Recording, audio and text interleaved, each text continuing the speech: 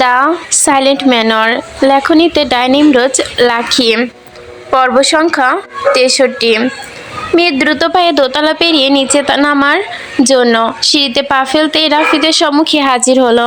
মীর হোঁচট খেয়ে দাঁড়ালো। রাফিদ বলল, এত ব্যস্তই কোথায় যাচ্ছিস? মীর রাফিদকে ঠিক করে দেখলো। সে বহু বছর পর তাদের দেখা। রাফিদকে ঠিকঠাক দেখেও মীর বলল, তুই ঠিক আছিস? আমি ঠিকঠাক তোর সামনে দাঁড়িয়ে আছি, আর তুই জিজ্ঞেস করছিস ঠিক আছে কিনা? আশ্চর্য, কি হয়েছে তোর? মীর গোপনে হাঁপ ছাড়লো। ঘাড় ঘুরিয়ে বুলবুলকে দেখলো। বুলবুল গাল ফুরিয়ে বলল, আমি সত্যি বলেছি। রাফেদ দাদা কোথায় বের হয়েছিল? মীর আবার ঘুরলো রাফেদের দিকে। রাফেদ কপাল ভাঁজ করলো। তার এক কপাল ভাঁজ করার অভ্যাস এসেছে আমজাদের থেকে। তিনি কপাল ভাঁজ করেন অতি সহজেই মলিন হয়ে যাইতাম। আমি মাস্টার বাড়ি গিয়েছিলাম, বাবা পাঠিয়েছিল ওনাদের মায়ার বিয়ে নিমন্ত্রণ দিতে। কিছু হয়েছে? তেমন কিছু না। তোকে নিয়ে বের হতে চেয়েছিলাম, বাড়ি ভর্তি অতিথি। ভেবেছিলাম নিরিবিলি কোথাও গিয়ে বসি। মীর তুই মিথ্যা অনুভূতিটাকে সত্যের মতো উপস্থাপন করলো। চল রাফেদ পথ ছেড়ে বলল, না এখন আর ইচ্ছে করছে না বলে এবার তাকালো বৈঠকখানার দিকে। বেশ সুন্দর করে সাজানো সব। ছোট ছোট বাচ্চারা ছোটাছুটি করছে। দল বেঁধে বসা মহিলারা আড্ডা, মাঝে পান। পিকদানিতে পিক ফেলছে, আবার পান মুখে ভরছে। বেশ কেউ হাতে মিষ্টি নিয়ে খেয়ে যাচ্ছে। সোফার অন্য পাশে গোলাকার পালঙ্ক, রাজকীয়ভাবে সাজানো। পালঙ্কের মাঝে মেহেদি সাজানো। কিছু মেয়েরা একে অপরের হাতে মেহেদি লাগাচ্ছে। কারো কণ্ঠ থেকে ভেসে এলো, যার বিয়ে তার খবর নেই, আমরা আগে ভাগে মেহেদি লাগাচ্ছি। শব্দ ভেসে এলো মীরের কানে। রাফিদও শুনল। সে বুলবুলকে উদ্দেশ্য করে বলল, মা এখন নিচে আসেনি? না দাদা, মালকিন ডাকতে গেছিল, বলছে পরে আসবে। বলতে না বলতে মায়াকে তার ঘর থেকে বের করে নিচে নিয়ে আসতে দেখা গেল। পরনে লাল রঙের শাড়ি, গলায় হালকা গহনা, হাতে চুড়ি। চিকমিক করছে দেহের মধ্যে সবগুলো। খোলা চুলে সৌন্দর্য যেন উপচে পড়েছে।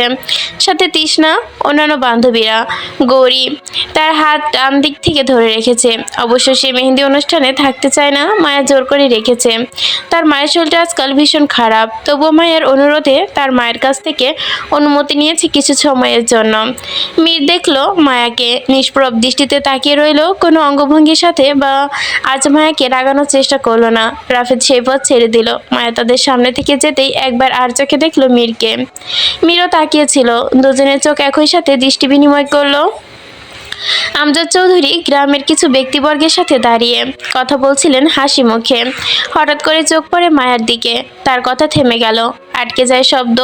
দু চোখ ভরে ওঠে মায়ের মলিন মুখখানা দেখে। গুটিসুটি পায়ে এগিয়ে আসতে উঠানে দৌড়াচ্ছিল সেই দিন। আদো আদো কথা বলছিল। সারাদিন মাথা খেয়ে নিত।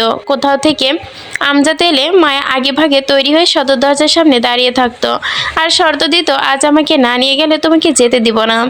তার এই ছোট ছোট আবদারগুলো করা রাজকন্যা আজ বড় হয়ে গেছে। পরের বাড়ি যাওয়ার জন্য তৈরি হচ্ছে। আলাদা একটা পরিচয় তৈরির যেন আয়োজন চলছে। আমজাদের দু চোখ বেয়ে অঝরে বৃষ্টির মতো গড়িয়ে পড়ল পানি। তার চোখের জল দেখলো থমাসন। তিনি আমজাদের কাঁধে হাত রেখে সান্ত্বনার রূপে বললেন, তোমাকে আজকে সান্ত্বনা দেওয়ার মতো শব্দ আমার নেই, কিছু বলার নেই। প্রতিটা মা বাবাকেই এই দিনের সম্মুখীন হতে হয়, বিশেষ করে বাবাদের কাছে। শুনেছি বাবারা মেয়েদের একটু বেশি ভালোবাসে। আমার মেয়ের সন্তান নেই, তবু আমি উপলব্ধি করতে পারছি। থমাসন মৃদু হেসে থামলেন, ফের বললেন, যদিও আমি আমার মেয়েকে অনেক ভালোবাসি। ওই যে আমার মেয়ে এবং ছেলে। বলে একবার ঘুরে তাকালো মীরের দিকে। শালক অতিথি আপ্যায়নের কাছে ব্যস্ত ছিলেন। চোখ পড়ে মায়ের দিকে। আজ মায়াকে প্রথমবার লাল শাড়িতে দেখছে। বউ লাগছে তার, শুধু যেন ঘোমটারই কমতি রয়েছে। আগামী পরশু সেই বউ সাজেও দেখা হয়ে যাবে। দিন তো চলে এলো। শালুক ফিরে তাকালো আমজাদের দিকে। তার অভিব্যক্তি দেখতেই মনে হচ্ছে যেন তিনি ভেঙে পড়েছেন। একই সাথে জয়ন্তনকেও দেখলো মায়াকে। রাফিদ ঠোঁট বাঁকিয়ে হাসলো মায়ের দিকে চেয়ে। তার ঠোঁটে যেন ছোট্ট বোনটি আজ বড় হয়ে গেছে সেই হাসির বিদ্রুপ। ভালো থাকুক। রাফিদ আড়ালে চোখ মুছে নিল। অন্যদিকে ফিরে দোতলা রেলিংয়ের পাশে দাঁড়িয়ে কাবির। তিনি চৌধুরী বাড়ির সকলে পরপর তাকিয়ে দেখলেন। আহির ফিরে এসেছে সন্ধ্যার দিকে। আজ বাড়ি ফিরে কি কারোর সাথে কথা অব্দি বলেনি, খাওয়া দাওয়া করেনি। অরুণ খেয়েছিল, আহিরকে বারবার ডেকেও ছিল, যায়নি। মীর এবং রাফিদের সাথে কথা বলেনি। রাফিদ তখন তার পিছু পিছু ঘর অব্দি এসেছিল। আহিরকে চুপচাপ দেখে জিজ্ঞেস করেছিল, কি হয়েছে, কেস কত দূর? সমাধানের খুব কাছেই। বলে চেয়ারে ধপ করে বসে পড়ে এক গ্লাস পানি জল খেয়ে নিল। পুনরায় বলেছিল, আমি একা কিছুক্ষণ থাকতে চাই, ছেড়ে দে। রাফি তখন আহিরের ব্যবহারে বিস্ময় হয়। দ্বিতীয়বার কোনো প্রশ্ন করতে চায়নি, চলে এসেছে। এই সময়ের পরই আহিরের সাহেব ঘর থেকে বের হয়েছে। পরনে শার্ট প্যান্টের বদলে এখন তার পায়জামা পাঞ্জাবি। শীত ঠেকরে পড়েছে, মোটা শাল জড়িয়েছে। সেও এসে রেলিংয়ের কাছে দাঁড়ালো, দুহাত আলতো করে ছয় রেলিংয়ে। পাশে এসে দাঁড়ালো অরুণ। আহিরের অনুসারীর দৃষ্টি তাকালো নিচে মেহেদির পালঙ্কে। সেখানে কিছু মেয়েরা। আহির ঠিক কাকে দেখছে অরুণ খুঁজে পেল না। আহির দেখছে গৌরীকে। গৌরী মায়ের সাথে হাসি মুখে কথা বলতে বলতে দুজনের উপর ঢলে পড়ছে। গৌরীকে দেখে নিচ্ছিল আহির। মায়া মেয়ের দিকে তাকিয়ে পরক্ষণে চোখ সরিয়ে নিল। মায়ার বাঁ হাত তখনও একজন ধরে মেহেদি লাগাচ্ছে। হাতে তালুতে নকশা করে দেওয়া হচ্ছে। কাঠির মতো মেহেদি লাগিয়ে থেমে থেমে মেয়েটগুলো। মায়াকে জিজ্ঞেস করলো, আপনার হবু স্বামীর নাম কি? তার প্রথম অক্ষর কি একটা বলুন, নকশা তৈরি করি। মায়া মীরের দিকে চেয়ে থাকলো, বেখেয়ালি মনে বলল মীর। মেয়েটি মীরের প্রথম অক্ষর থেকে নকশা শুরু করলো। পাশ থেকে মেয়েরা বলা বলি করলো, মেহেদির রং যত গাঢ় হবে স্বামী নাকি তাকে তত বেশি ভালোবাসবে। বলে বলেই ওরা হাসিতে মেতে ওঠে। ওদের হাসির কারণ মায়া ব্যাখ্যা করতে ভাবতে পারছে না। ভাবে কিভাবে এত আনন্দ ওদের মনে? যদি আজকের দিনেও আমি এভাবে হাসতে পারতাম। মনে মনে বলল আক্ষেপের সুরে। তার মুখে এতটুকু হাসি নেই, ইচ্ছে করেও ফোটাতেও পারছে না। সিঁড়ির সাথে গা এলিয়ে দাঁড়িয়ে মায়া গৌরীর সাথে কথার ফাঁকে ফের তাকালো মীরের দিকে। মীর হাতে নকশায় ইশারা করতেই মায়াকে বোঝালো, হাসো, হাসলে তোমাকে সুন্দর দেখায়। মীরের ইশারায় মায়া হেসে ফেললো। ভাবতেই তার কষ্ট হচ্ছে, দুদিন পর আর সে মীরকে দেখতে পাবে না, কথা হবে না তার সাথে। সেও হয়তো মোহনীকে বিয়ে করে বিদেশে নিয়ে চলে যাবে। কষ্ট হচ্ছে এরূপ ভাবনা জাগ্রত হতেই। মায়া ভেঙে পড়ে, তার চোখগুলো টইটুম্বর হয়ে গেল জলে। অরুণ কিছুক্ষণ পর বুঝতে পারলো আহির কাকে দেখছে, মিষ্টি রঙের থ্রি পিস পরা কালো শাল জড়ানো মেয়েটিকে। গৌরীকে দেখেই মিষ্টি রঙের থ্রি পিস পরেছে। অরুণ আহিরের দিকে তাকিয়ে বলল, স্যার আপনি ওই মিষ্টি মেয়েটাকে দেখছেন কেন? দেখছি না, ভাবছি। কি ভাবছেন? আবারও সাথে বলুন। আমিও ভাবি, সব ভাবনা সবার সাথে ভাবা যায় না। এক কাজ করো, মিষ্টি রঙের থ্রি পিস পরা মেয়েটিকে চুপিসারে বলবে আমি ছাদে ডেকেছি। এটা কোনো কাজ হলো? আমি এখনই যাবো আর আসবো। বলেই আহির ছাদ থেকে চলে গেল। বুলবুল মেয়েদের কাছে গেল। গোলাকার হয়ে ওরা মেহেদি লাগাচ্ছিল। গৌরী সাজানো পালঙ্কের মাঝে বসা। জোর গলায় ডাকলে সবাই শুনবে, তাই চুপিসারে ডাকলো তাকে। অরুণ। এক পর্যায়ে গৌরী পাশে এলো। অরুণ তখন সবার নজর এড়িয়ে, আপনাকে স্যার ছাদে ডেকেছেন, তাড়াতাড়ি আসুন বলে অরুণ চলে গেল। গৌরী একবার অরুণের দিকে, দ্বিতীয়বার মায়ের দিকে চেয়ে বলল, আমি আসি।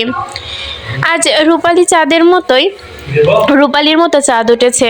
তারারা ঘর বেঁধেছে দলে দলে। ছাদে মৃদু বাতাস বইছে। আকাশের দিকে তাকালেই যেন দেখা যায় চাঁদ।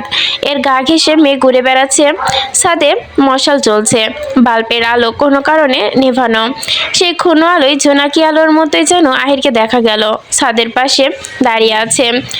আজ তাকে সাদা পাঞ্জাবিতে বেশ সুন্দর লাগছে। গৌরী তার পাশে দাঁড়ালো। আহির তার উপস্থিতি টের পেয়ে, চারটা সুন্দর তাই না?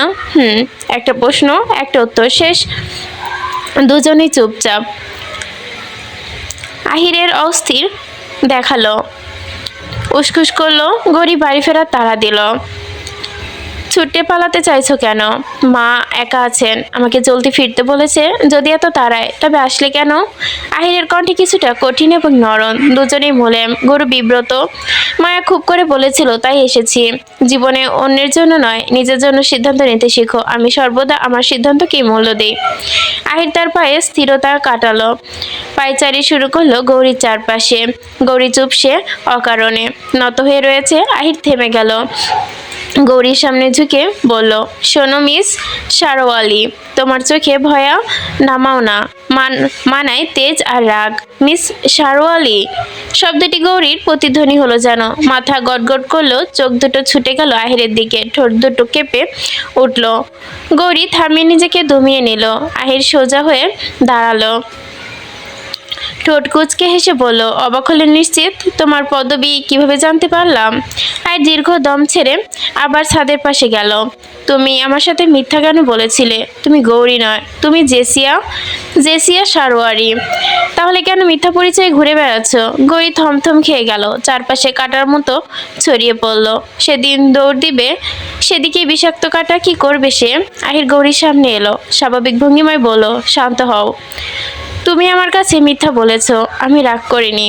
আমি আহিরকে তোমার সাথে রাগ করায়, অভিমান করায় মানায় না।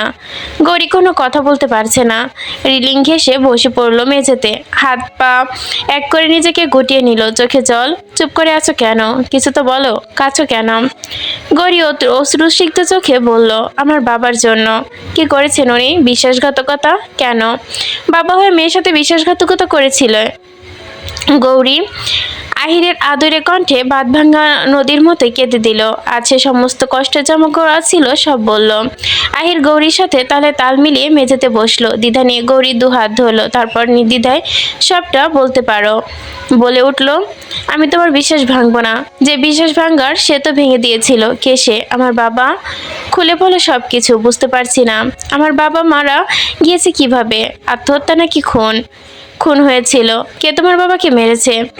আমি সেই পুরনো দিনের কথা মনে করতে চাই না, কষ্ট হয়। কখনো কখনো ফেলে আসা স্মৃতি নাড়া দিতে হয়। জেসিয়া। আহিরের মুখে জেসিয়া নামটা শুনে গৌরী মাথা তুলে তাকালো। আহিরের শান্ত গলা। এভাবে দেখছেন কেন? নিজের আসল নামটা এত বছর শুনে নিশ্চিত অবাক লাগছে। আমার মাকে ঠকিয়েছিল। আমার মা বারবারই নরম মনের মানুষ ছিল, আজও তাই। কিন্তু তখন যেন উনি একটু বেশি নরম ছিল। কেউ অতি সহজে ভুলিয়ে নিতে পারতো সহজে। ঠিক সেভাবে আমার মায়ের সরলতার সুযোগ নিয়েছিল তিনি। মা এত সব কিছু ভাবেনি। সুদর্শনা নারী, সে যে কেউ অতি সহজে প্রেমে পড়তে পারত। সেদিন আমার বাবা আমার মায়ের প্রেমে পড়েছিল। আমার মার মধুমানব গ্রামে থাকতেন, শহরের নিকটবর্তী। পয়লা বৈশাখে গ্রামে মেলা বসে, সেখানে মা যায় গ্রামের মেয়েদের সাথে ঘুরতে। আর ঠিক তখনই বাবা শহর থেকে আসে। মাতাব্বর সারোয়ারি পেশায় একজন ব্যবসায়ী ছেলে, উচ্চ বংশের ছেলে তিনি। মা গ্রামের মেয়ে ছিলেন বলে শহরে কারোর সাথে মিশতে অভ্যস্ত নয়। এরপরও বাবা সেদিন মায়ের সাথে কথা বলে। গৌরী থামতে কয়েক সেকেন্ড সময় নেয়। শহর থেকে ছেলে, তার উপর টাকাওয়ালা। নানা রাজি হয়ে যায় বিয়েতে। বিয়ে হয় তাদের। বিয়ের প্রায় 1 বছর পর মা বুঝতে পারে বাবা আগের মতোই পরিবর্তন হয়ে গিয়েছে অনেক। বাবার বন্ধু থেকে জানতে পারে ওনার প্রথম স্ত্রীর সন্তান আছে, আর সে তাদের কাছেই ফিরে গেছে। মানে প্রথম স্ত্রীর সন্তান থাকার পরেও আবার কেন বিয়ে করলেন? প্রথম স্ত্রী থাকলে মনোমালিন্য হয়েছিল, তার উপর জিদ করে আরেকজনকে বিয়ে করে প্রতিশোধ। আর সেজন্যই আমার মায়ের সাথে অন্যায় করা হলো। এরপর ঘুরে ফিরে বাবা চলে গেল আবার আমার মাকে ফেলে। আর ঠিক সেই সময় আমার মায়ের গর্ভে ছিলাম আমি। বাবার দেওয়া কিছু গহনা ছিল, সেগুলো বিক্রি করে মা চলতেছিলেন। যতদিন না আমি পৃথিবীতে আসি ততদিন অবধি মা খুব কষ্ট করে।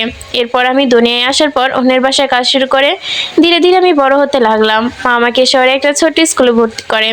কিন্তু এরপর আমাদের শহরে থাকা সম্ভব হয়নি। চলে আসি আলিমনগর গ্রামে, নানার বাড়ি। নানান কথা শোনাতো। মাকে কলঙ্কের বোঝা সয়ে রাজি হতে হয় এইসবের মধ্যেই দিয়ে জীবন পার করতে। তোমার এত সুন্দর নামটা কে রাখে? বাবা। বিয়ের পর মাকে বলেছিল তোমার মেয়ে হলে এই নাম রাখবো। আমি ওনাকে ঘৃণা করি, তাই ওনার দেওয়া পদবি এবং নামটি দুটোই যেন মুছে ফেলতে চাই আমার জীবন থেকে। লোভ কোনো নারীকে টাকার কাছে নয়, বরং একজন সৎ পুরুষের কাছে তুলে দেয়, যে তাকে ভাতে কাপড়ে কষ্ট না দিলেও বেইমানের দাগ কখনো দিবে না। আচ্ছা, তোমার বাবাকে খুন কে করেছে? আর তুমি তোমার আসল নাম পরিচয় লুকিয়ে রেখেছো কেন? লোকের প্রশ্নের ভয়। দ্বিতীয় প্রশ্নের উত্তর কিন্তু মেলেনি। আমার বাবার জন্য মা রোগে ভুগছেন, হয়তো তার জীবনের শেষ ঘন্টা বাজছে। আজ এই করুণ দশা আমার বাবা দায়ী। থেমে আবার বলে, কথায় আছে না, অসৎ কর্মের ফল কাউকে পাঠানোর জন্য একদিন ফল পেতে হয়। তেমনি আমার বাবাও পেয়েছে। ওনার প্রথম স্ত্রী ওনাকে ছেড়ে চলে যায়। এরপর তার সন্তানরা জোর করে সমস্ত সম্পত্তি ওনার নাম থেকে লিখে নেয়, রাস্তার ফকির করে তাকে। টাকার বেশ অহংকার ছিল আমার বাবা। সব শেষ হয়ে যায়, কিন্তু মায়ের তীব্র ঘৃণা তাকে ক্ষমা করতে পারেনি। বাড়ির সামনে পড়ে থাকতেন, মা কথা বলতেন না, আমিও না। এভাবে একদিন মদ খেয়ে বাড়ি ফেরে মায়ের সাথে যাতা ব্যবহার করে। সেদিন আর আমি সহ্য করতে পারিনি। ওনার মাথায় ইট দিয়ে আঘাত করেছিলাম। উনি তখনই মারা যান। আমি বুঝে উঠতে পারিনি সে মারা যাবেন। পাড়ার লোকজনদের কাছে মিথ্যা বলেছিলাম বাবা কাজ থেকে ফিরেছে, তারপর কিছু লেগে এসে রাতে বাবাকে নিয়ে গিয়ে মেরে ফেলেছে। আর কিছুক্ষণ থ মেরে বসে থাকলো। দমকা হাওয়ায় স্তব্ধতা ভেঙে ক্লান্ত কণ্ঠে, দুনিয়ার সব থেকে অসহায় ব্যক্তিকে জানো, যে অন্যের মনে আঘাত দিয়ে দুনিয়া থেকে বিদায় নেয়, আর কেউ বিদায় নেওয়ার আগেই সেই দুনিয়ার মানুষটিকে ক্ষমা করতে চাইতে না পারা। আহির বিরতি নিয়ে আবার বলল, আমি ভাবি সেই নারীর কথা, যে নারীর কোমল মনে এতটা তীব্র আঘাত করেছিল। এরপর সেই নারীর কাছে ক্ষমা চেয়ে আর ক্ষমা পেল না। নিজের স্ত্রীর মনের কষ্ট দিয়ে কেউ ভালো থাকে না। দুনিয়ার বুকে প্রতিটি নারীর স্বামী হোক, তবে বেঈমান প্রতারক স্বামী কারো না হোক। একটি ফুলের মতো জীবন সবারই হোক, কোনো মেয়ের জীবন যেন নষ্ট আর না হোক। গড়ি চুপচাপ সময় গড়াচ্ছে। আহির বলল, একজনের ওপর জিদ করে অন্যজনের জীবন নষ্ট করো না। মানুষগুলো কখনো ভালো থাকে না। কিছু সুখের ক্ষণে হলেও চিরস্থায়ী হয় না, যদিও সেই সুখ অন্যের হয়। এতক্ষণ পর্যন্ত পড়লাম পর্ব 63। এখন শুরু করছি পর্ব সংখ্যা 64। মায়ের হাতের মেহেদির নকশা দেখে তার দাদি, উনিও বাকিদের মতো করে হেসে বললেন, তোর হাত যত রাঙা হইব তোর স্বামীও তোরে ততটাই ভালোবাসবো বলে উনি একগাল হাসলেন। মায়া জয়ন্তনের সঙ্গে তালে তাল মিলিয়ে ঠোঁট মিলিয়ে হাসি আটে। মীর দূর থেকে পায়চারি করতে করতে দেখলো মায়াকে, কি যেন কিভাবে বিন্দু বিন্দু হাসছে। মায়ের মেহেদির নকশা দেখবে, কিন্তু সবার মাঝে থেকে যেতেও পারছে না মায়ের কাছে। বড়টা সবাই উপস্থিত। আমজাদ একটু পরপর মায়াকে দেখছে। আত্মীয়দের সাথে কথা বলার সময়টুকু যে মায়ের অজান্তেই তাকে দেখছে। মীর দেখলে আমজাদকে ঘুরে ঘুরে সবার মুখের দিকে তাকাচ্ছে। কোন উদ্দেশ্যে তাকাচ্ছে নিজেও জানে না। মায়া একবার দেখলো মীরকে, সেও চাইতে মীরের নজর সরিয়ে নিল। মায়া ভাবছে, মীর অন্য কোনো মেয়েদের সাথে কথা না বলে চুপচাপ কি করে আছে ভাবে। বাড়ি ভর্তি এত এত সুন্দরী মেয়ে, সে বিশ্বাস করে মীর মেয়ে ঘেঁষা পুরুষ, কিন্তু আজ তার বিশ্বাসে একদম স্থানটা ভেঙে গেল। মীর যে তার ভাবনার সাথে মিলাতে পারছে না। মেহেদি শুকাতে শুরু করেছে, ডান হাতটাই টান লাগছে। মায়া হাতের দিকে তাকালো। ডান হাতের মাঝে ম লেখাটা, অর্থাৎ মীর। তখন মনে পড়ল নকশা শুরু করার খানিকটা আগ মুহূর্তের কথা। মেয়েটি জিজ্ঞেস করেছিল, আপনার হবু স্বামীর নাম কি? মায়া বেখিয়ালিভাবেই জবাব দিয়েছিল, মীর। মায়া বিপাকে পড়ল যেন। ইতিমধ্যে রং বসে গেছে। কেউ যদি দেখে ফেলে তবে কি হবে? যদি এই অক্ষর আদ্রিয়ান দেখে, নির্ঘাত মায়াকে সন্দেহ করবে। মায়া পালঙ্কে ছেড়ে নেমে এলো। তৃষ্ণাকে জিজ্ঞেস করলো, কোথায় যাচ্ছিস? আসছি বলে সবার মাঝ থেকে দৌড়ে উদ্বাটের মতো নিজের ঘরে চলে গেল মায়া। মায়াকে হন্তদন্ত হয়ে ছুটে যেতে দেখলো মীর। তার কাছে বিষয়টি অস্বাভাবিক লাগলো। বৈঠকখানা সবার দিকে চেয়ে সেও চলে যায় মায়ার পিছু পিছু। মায়া বাথরুমে প্রবেশ করলো, হাতের মেহেন্দি ধুয়ে ফেললো, সাবান দিয়ে হাত ঘষতে শুরু করে। ঘরের ভেতর ঢোকার সময় দরজা হাট করে খোলা রেখে এসেছে।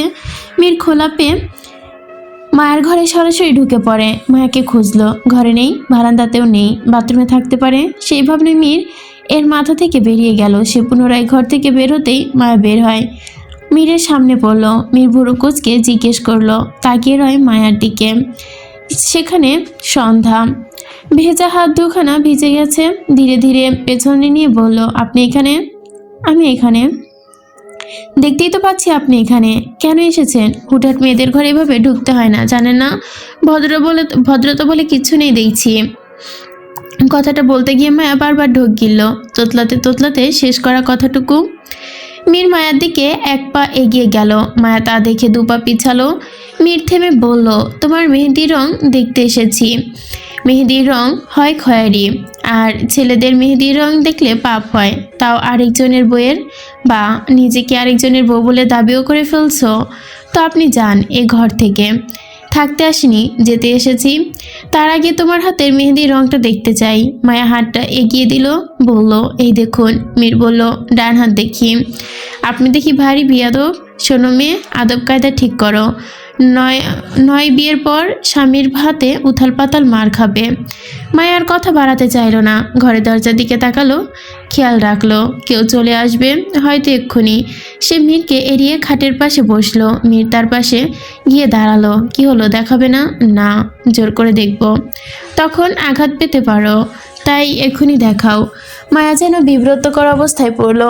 ঘর থেকে বের হওয়ার জন্য মনস্থির করলো। ভাবতে না ভাবতে বসা থেকে বিদ্যুৎ গতিতে উঠে যেতেই মীর বলিষ্ঠ হাতে তার হাতটি ধরে ফেললো খপ করে।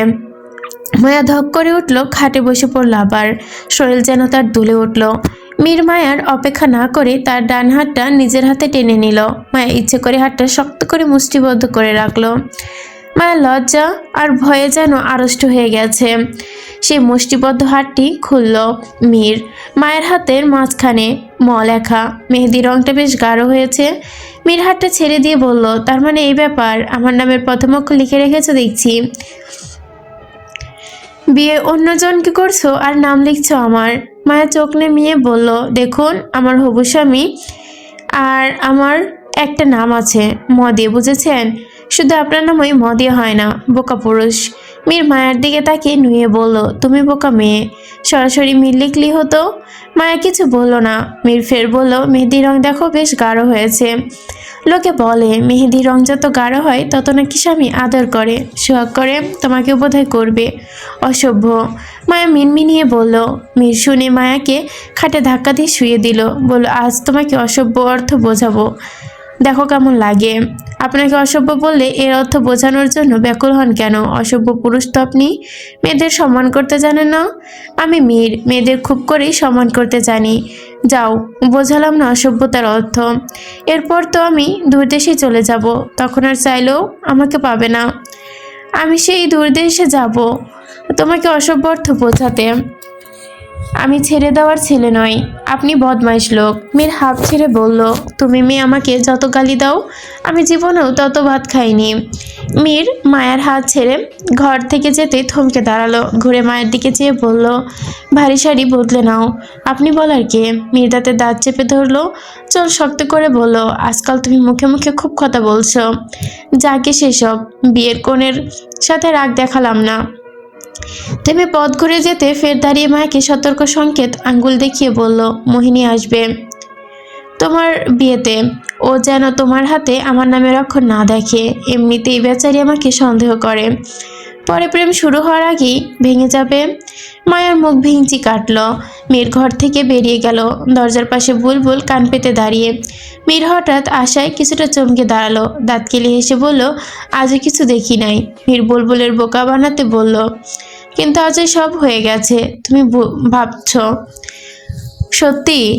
বুলবুল আশ্চর্য চোখে প্রশ্ন করলো, সত্যি, কিন্তু দরজা তো খোলা ছিল। মীর বুলবুলের কানের কাছে মুখ নিয়ে ফিসফিস করে বলল, বাথরুমে বসে।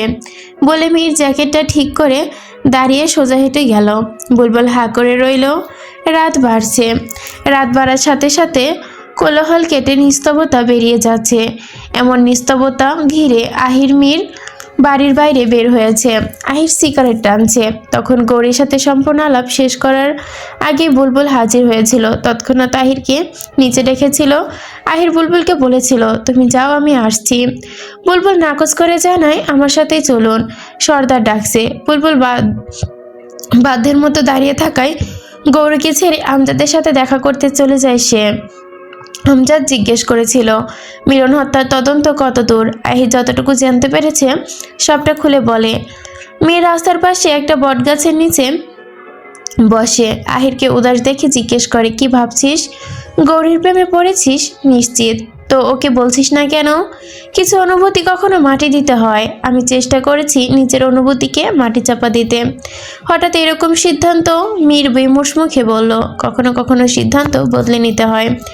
জানি তো তোর সিদ্ধান্ত বদলানোর কারণ কি, তবে গৌরীকে তো ভালোবাসার মতো না ভালোবাসার মতো কিছু দেখছি না। এলোমেলো জীবন মেয়েটার। মা অসুস্থ, আজ আছে কাল হয়তো থাকবে না। মিলনকে কে হত্যা করেছে জানতে পেরেছিস? মীর হঠাৎ প্রসঙ্গ পাল্টে ফেলল। প্রায় জেনেছি, পুরোপুরি বাকি। পুরোপুরি জেনে ফেল, এত তারা কিসের? আহির মীরের পাশে গিয়ে বসে প্রশ্ন করলো। বারে, মায়ের বিয়ে, এরপর আমরা চলে যাব, তুই একা একা থাকবি এই গ্রামে। এরপর গৌরীকে শহরে নিয়ে চলে যা। গৌরী ছেলেদের বিশ্বাস করে না, কারণ কারণ এক পুরুষ দ্বারা তীব্র আঘাত পেয়েছে। কে সে? ওর বাবা ওর মায়ের সাথে ছলনা করেছিল, ওদের জীবন নষ্ট করেছে। তাই বলে সব পুরুষ এক নয়। ওকে বুঝিয়ে বল আমি ওকে ভালোবাসি। হয়তো বোঝাতে পেরেছি, কিন্তু মুখ ফুটে বলতে পারিনি। আগেও কেন খারাপটা ভেবে নিচ্ছিস? ও তো পছন্দ করতে পারে। জানি না, নারীদের মন বোঝা বড় দায়। চল আজকে রাতেই ওকে সবটা বলি। আহির কোনো কারণে চুপসে রইল। মীর কিছু বলতে গিয়েও বলতে পারল না। আহিরও কিছু বলছে না, শুধু তাকিয়ে আছে আকাশের খণ্ডিত চাঁদের দিকে। দূরে ঝিঝি পোকা ডাকে, প্রকৃতির রূপ যেন ভিন্ন। মীর বলল, ভালোবাসার মানুষও ঠিক আকাশের চাঁদের মতোই, চাইলেই যে ছোঁয়া যায় না। আহির শালটা ঠিক করে পড়ল। চল বাড়ির ভেতরে গিয়ে বসে কথা বলি। গৌরীদের বাড়ি চল, আমি তোর হয়ে ওকে প্রেম নিবেদন করব। আমার প্রেম তুই নিবেদন করবি? আমিও করতে পারি, তো চল। মীর বলে আহিরের দিকে চাঁদের রাতে আলো ধরেই গৌরীদের বাড়ির উদ্দেশ্যে রওনা হয়। যেতে চাইছে না আহির। মীর জোর খাটাচ্ছে। গৌরী ঘরের সমস্ত কাজ শেষ করে সদর দরজা লাগাতে যাবে, ঠিক তখনই চোখে পড়ে উঠানে সাদা পাঞ্জাবিটা ফুটে উঠেছে অন্ধকারের মাঝে। চোখ তুলে দেখে মীর এবং আহিরকে। তাদের দেখে অগ্রাহ্য করে গৌরী দরজা লাগাতে যাবে, তখন মীর ছুটে গেল ঘরের সামনে। ব্যস্ত কণ্ঠে বলল, তোমার সাথে কথা আছে, একটু বাইরে আসো, 5 মিনিট, এরপর চলে যাব। গৌরী আর মীর মুখোমুখি দরজার সামনে দাঁড়ানো। ঘাড় ঘুরে একবার ঘরের ভেতর এবং বাইরে দেখলো। মীর বলল, আহির তোমার সাথে কথা বলবে, রাস্তা অপেক্ষা করছে। আহির রাস্তার মাঝে দাঁড়িয়ে উসখুস করছে। চারদিকে তখন তাকালো সতর্কতার সাথে, কোথাও কেউ নেই। গৌরী এসে তার পেছনে দাঁড়ালো। আহির উপস্থিতি টের পেয়ে নীরব কণ্ঠে বলল, তখন তোমার আলাপ সম্পূর্ণ হলো না? থেমে যায় এইটুকু বলে বিরতি নিয়ে কথা বলছে। গৌরী বলল, মা ঘুমাচ্ছে, জেগে উঠবে, আমাকে না পেলে বের হবেন, দ্রুত বলুন। আর কিছু জানার আছে? আমি সব কিছুই জেনেই তোমার কাছে দ্বিতীয়বার নিশ্চিত হতে চেয়েছি, অজানা নেই কোনো কিছুই। আর কিছু জানতে পেরেছেন? তুমি মিলনকে হত্যা করেছো। কামার ওসমান আহমেদের থেকে ছুরি বানিয়েছিলে। ছুরিতে তোমার নামের 2টো অক্ষর ছিল, তোমার বাবার দেওয়া নাম। মিলন তোমাকে পছন্দ করত, তুমি করতে না। মিলন তোমার জন্য প্রায়শই রাতে তোমাদের বাড়ির সামনে এসে অপেক্ষা করত। এরপর কয়েকবার তোমাকে প্রেম নিবেদন করে, তুমি প্রতিবারই ওকে প্রত্যাখ্যান করে ক্ষিপ্ত হও। তোমার ওপর প্রতিশোধ নিতে তোমার সাথে অশুভ মুহূর্তমি করার চেষ্টা করত, আর এর প্রথম কৌশলেই ওকে মেরে ফেলো। সেদিন রাতে রাফিদের গুদাম ঘরে তোমার আর ওর ধস্তাধস্তির এক পর্যায়ে তোমার কণ্ঠ ভেসে আসে বাইরে। সেই শব্দই পান কামার ওসমান। উনি সবটা দেখে ফেলতেই ওনাকেও তুমি মেরে ফেলেছ। ভাগ্যবশত কিছুটা সময় বেঁচেছিলেন। কত রাত্রে কাতরাতে কাতরাতে বাড়ি অবধি পৌঁছে ওনার ছেলে আকবরকে তোমার নাম বলে দেন। আর এই সব কিছু আকবর আমাকে বলে। আকবর চাইলে তোমার ক্ষতি করতে পারতো, কিন্তু ছেড়ে দেয় তোমাকে। থেমে আবারও বলে, আজ তোমার বাবা তোমার সাথে অন্যায় না করলে হয়তো এত কিছু হতো না, বরং সুন্দর একটা জীবন, একটা সংসার হতো। গৌরী চোখ ছেয়ে নোনাচল বেরিয়ে পড়ে।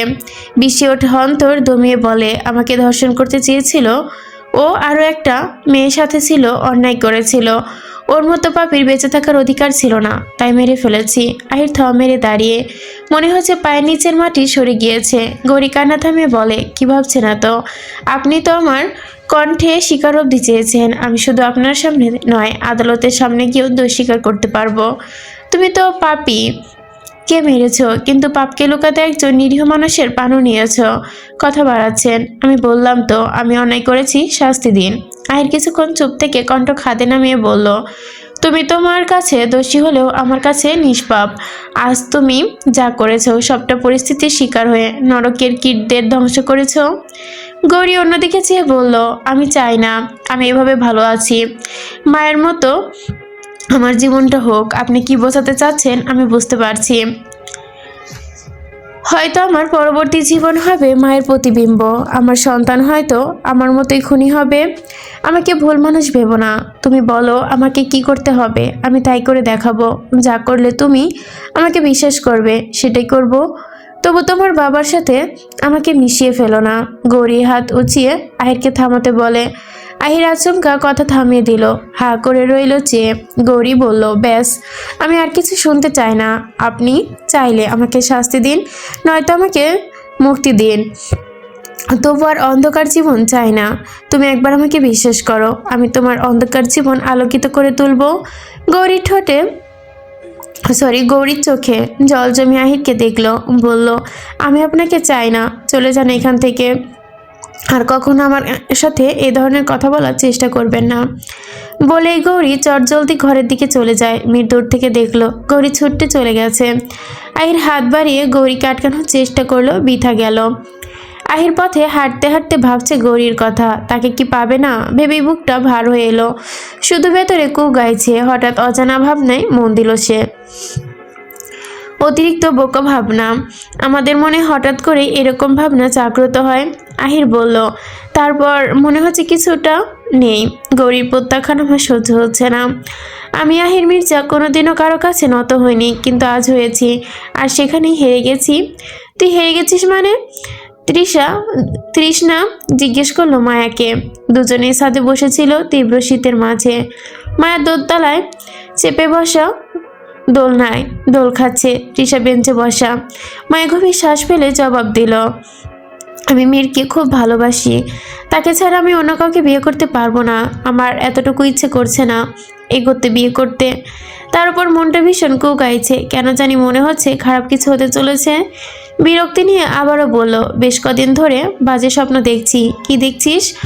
আমার হাতে মেহেদি দেওয়ার পর হঠাৎ হাত থেকে রক্ত ঝরছে। আমি বিয়ের সাজে তীর্যক কণ্ঠে কাউকে ডাকছি, যেন সে আমাকে থেকে থেকে দূরে চলে যাচ্ছে। এরকম স্বপ্নের অর্থ কী?